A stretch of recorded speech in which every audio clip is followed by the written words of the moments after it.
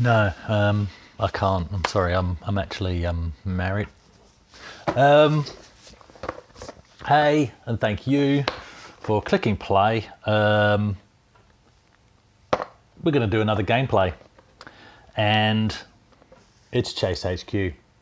So before we have a look at what's in the box, I just want to quickly tell you my memories of this game. Definitely didn't have the distributed by Aussiesoft. Let's get into that in a minute. First time playing Chase HQ though was in the arcade. As a lot of us, it would have been true of, you know, having high hopes for our home ports of the games that we loved in the arcades.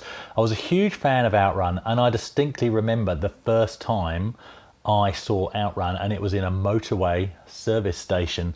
Most of you would be familiar, often a motorway service station would have a little arcade within it. And that's the first time, and it was a stand-up unit that I saw that time. And I don't think I even got to have a go. I think I was watching some older kids have a go. And it's the little things that get me. A, the fact that you were in a chase rather than a race, and that you had to try and destroy the enemy car, the baddies, as it were. But little things. I've always been interested in graphics and the advance of graphics. And as part of that, the attention to detail that some developers go for. So, and this is going to seem like a really weird thing to home in on, but the thing for me that really caught my attention on Chase HQ was the fact that when you went through a tunnel, the sound changed. And if you hit the side of the tunnel, rather than just bursting into flames as some other games might be tempted to do, or spinning out randomly as if you'd hit a tree, you carried on going, but sparks came out from the side of your car. That little detail had me fascinated. As a teenager. I do remember playing the Spectrum version, and I think I quite enjoyed that. And I'm saying that because I played it on Al's +3 before I got my own +3 at one of the Perth Amiga users group meets. And I really enjoyed it, and it definitely rang a lot of bells. Quite a nice port, I think, for the Spectrum for the Sinclair Spectrums. What I do remember is I would have bought this one from that mail order company that I mentioned when I was doing the Carrier Command video for my Amiga. That's when I got my Amiga version. And just like with Outrun, being not bitterly disappointed, but certainly disappointed. It plays okay. It certainly holds up better than Outrun, I think. But yeah, not as good as it could or should have been. I'll tell you what it is, and I'll do this now just in case I don't get my hands on a copy, but obviously I'll do it separately if I do get my hands on a copy.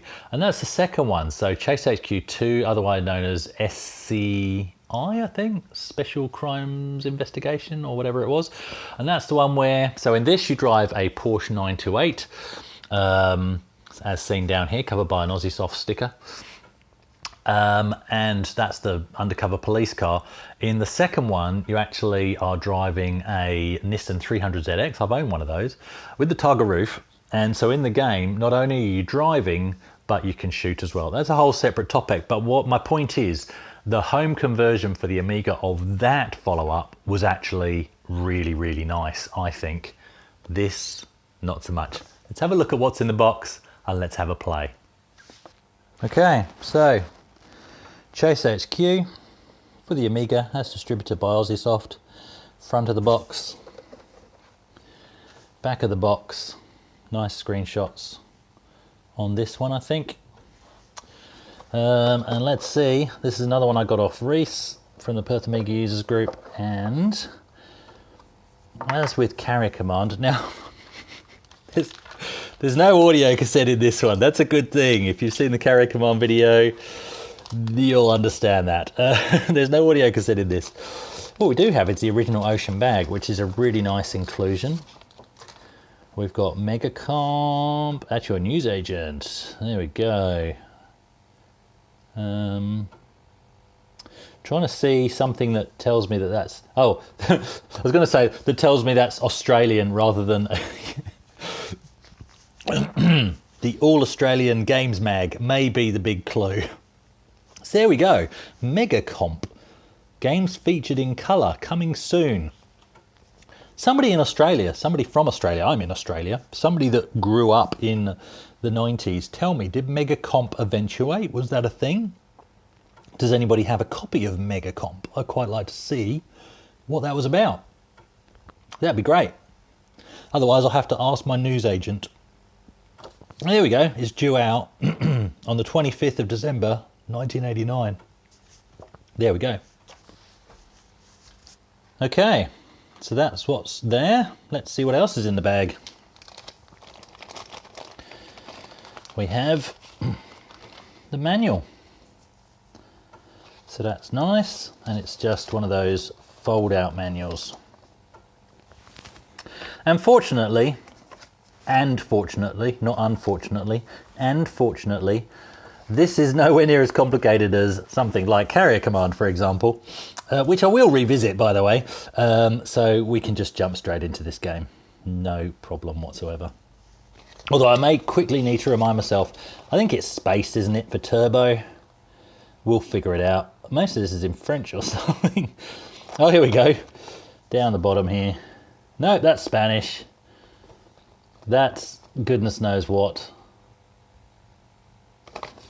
Has this got anything in English? Ah, here we go. Loading, ST, blah, blah, blah. Spacebar is turbo. That's the only thing we need to know. Good stuff. I thought it was. I have, so in all honesty, I have already given this a quick play before, but it was quite a while ago just to check that it worked. So you're going to get some, hopefully some good gameplay footage today. And there's the disc. So let's pop all this back. Not the disc, of course, because we're going to want to use that.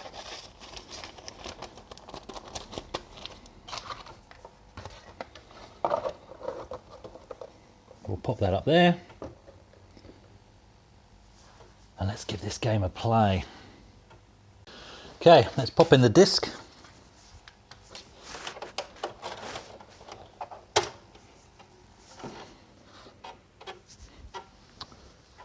Grab my joystick. And now this is my jam. This is my jam. It's coffee today.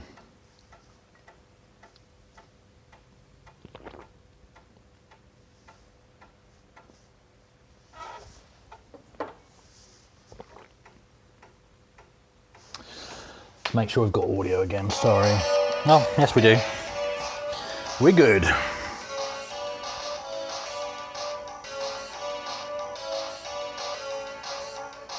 At least it doesn't have that hideous intro that Outrun had. Okay, here we go. F1 pause, F10 is music on and off, which of course would free up channels for sound effects, I believe. Right.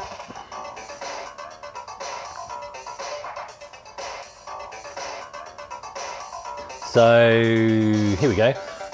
So the first one is the Lotus. This is Nancy at Space Headquarters. We've got an emergency here. Here we go. A white British sports car, Lotus. So this is the anti-turbo Esprit. There's no way this would catch Lotus Turbo Esprit because that runs much faster than the A500. In terms of cars, if it was a V8 twin turbo, would this Porsche 928, which was just a V8, no forced induction? Nah, it wouldn't stand a chance, in all honesty. If it was the chasing a four-cylinder, so let's assume we're chasing a four-cylinder Lotus, because that's doable.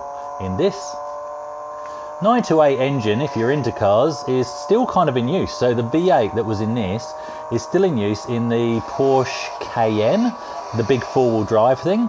If you get the V8 version, that's the engine that's in it. It's this engine.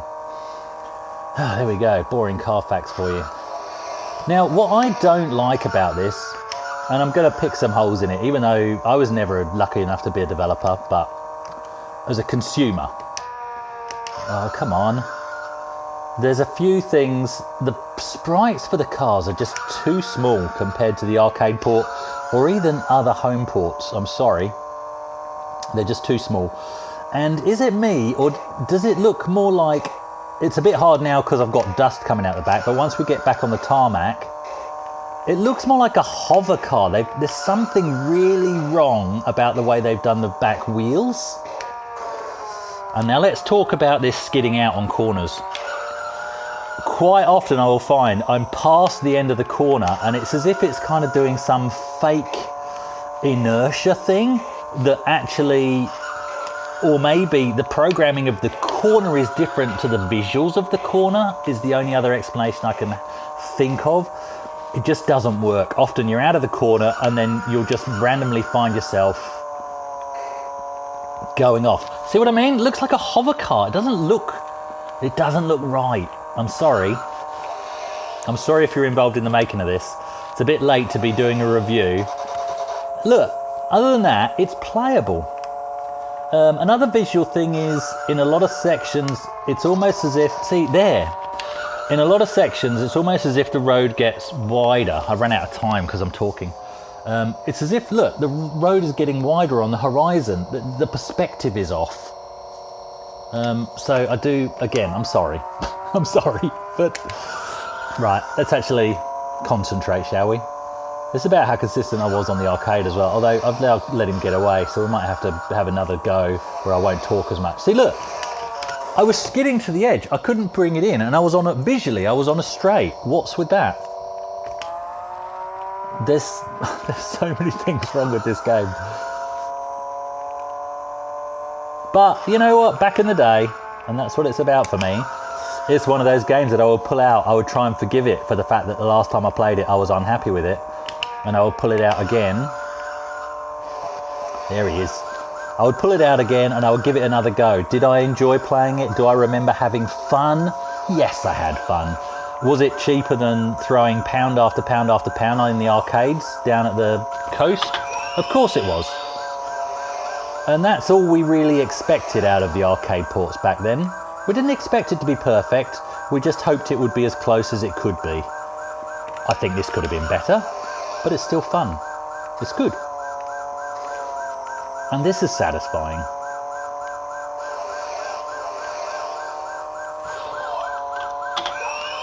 No point saving, there's no point saving your turbos for later.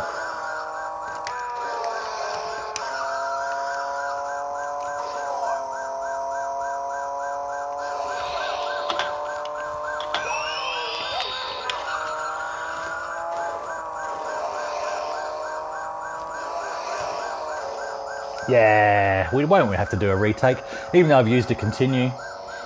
I'm happy with that. We got him.